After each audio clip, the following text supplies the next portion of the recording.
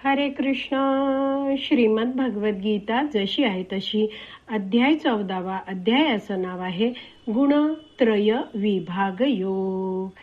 आपण 8व्या श्लोकाचं तात्पर्य वाचत आहोत आणि एकच मोठा पॅरेग्राफ आहे, त्याचे खालून 8वी ओळ आहे, तिथून वाचायला सुरू करणार आहोत.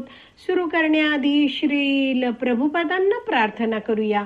हे श्रील प्रभुपाद, आम्ही भगवद्गीता हा ग्रंथ वाचून समजून घेण्याचा प्रयत्न करीत आहोत, त्यासाठी आम्हाला आशीर्वाद द्या. धन्यवाद प्रभुपाद.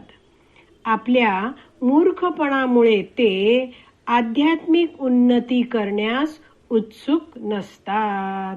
तर तमोगुणाच्या प्रभावाखाली असलेले लोक आहेत, ते मूर्खासारखे वागत असतात आणि त्यामुळे आत्म्याची उपेक्षा करतात, आत्म्याकडे दुर्लक्ष करतात आणि आध्यात्मिक उन्नती, आध्यात्मिक प्रगती करण्यासाठी ते अजिबात उत्सुक नसतात. तर अशा या तमोगुणाच्या प्रभावाखाली असलेल्या लोकांना आध्यात्मिक उन्नतीत रस नसतो. भक्तांना पाहून ते म्हणतात, सकाळी देवासमोर 1 मिनिटभर अगरबत्ती फिरवली म्हणजे बस झालं. कशाला हे असं जप करत बसायचं, त्याने काय फायदा होणार आहे, अशा रीतीने त्यांचा दृष्टिकोन असतो. आणि म्हणून इथे श्रील प्रभुपाद म्हणतात की असे हे तमोगुणाच्या अधिपत्याखाली, तमोगुणाच्या प्रभावाखाली असलेले लोक आहेत, ते आध्यात्मिक उन्नती करण्यास उत्सुक नसतात. पुढे वाचते, असे लोक अत्यंत आळशी असतात. जेव्हा त्यांना आध्यात्मिक सत्संगासाठी निमंत्रित केले जाते, तेव्हा त्यांना अशा गोष्टींमध्ये मुळीच स्वारस्य नसते. तर याबद्दल एक भक्त एक घटना सांगत होते. तर एकदा काही भक्त भगवान श्रीकृष्णांच्या भक्तीचा प्रचार करण्यासाठी एका लांबच्या खेडेगावात गेले होते. तिथे ते एका ठिकाणी राहिले, एका व्यक्तीच्या ओळखीच्या घरामध्ये, आणि सकाळी लवकर उठले, स्नान वगैरे करून ते हरे कृष्ण महामंत्राचा जप करत व्हरांड्यामध्ये बसले होते. तिथून बाजूनेच 2 कामगार आपल्या कामासाठी चालले होते, चालत चालत. त्यांनी या भक्तांकडे बघितलं. सगळे भक्त आहेत ते हरे कृष्ण कृष्ण कृष्ण हरे हरे, हरे राम राम राम हरे हरे असा जपमाळेत हात ठेवून जप करत होते. त्या भक्तांकडे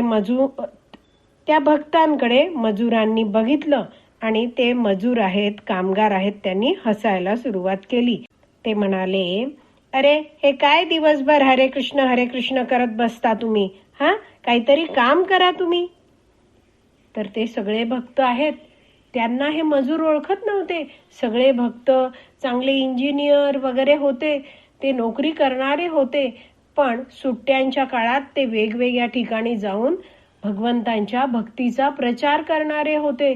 पण या मजुरांना वाटलं की हे असेच रिकाम टेकडे आहेत, त्यांना काही काम करायला नको, नुसतं खायचं आणि हरे कृष्ण करत बसायचं.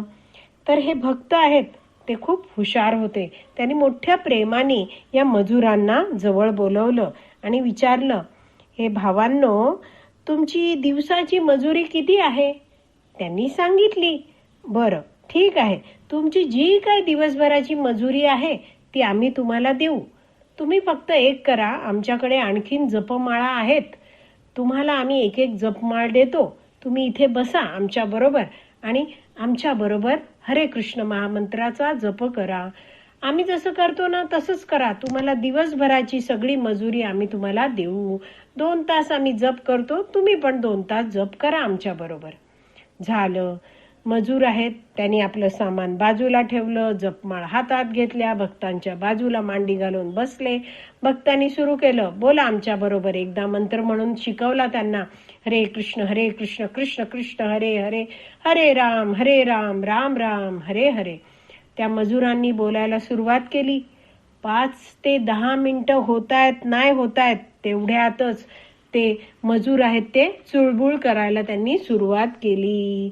ते म्हटले, आम्ही थकलो, आम्ही असा हा जप करू शकत नाही, हे आम्हाला काही जमायचं नाही, या घ्या तुमच्या माळा, आम्हाला आमचं कामच बरं. तर अशा प्रकारे हे उदाहरण देऊन वैष्णवाचार्य आपल्याला समजवतात की जो तमोगुणाच्या अधिपत्याखाली असलेला जो व्यक्ती आहे, ज्याला आध्यात्मिक क्षेत्रात काही रुची नाही, ज्ञान नाही, त्यांना भगवंतांच्या नामाचा जप करणं किती महत्वपूर्ण आहे ते काही समजू शकत नाही. म्हणून इथे श्रील प्रभुपाद लिहितात की आध्यात्मिक उन्नतीत त्यांना स्वारस्य नसतं. आध्यात्मिक जीवन तमोगुणी व्यक्तीला कठीण वाटतं. का?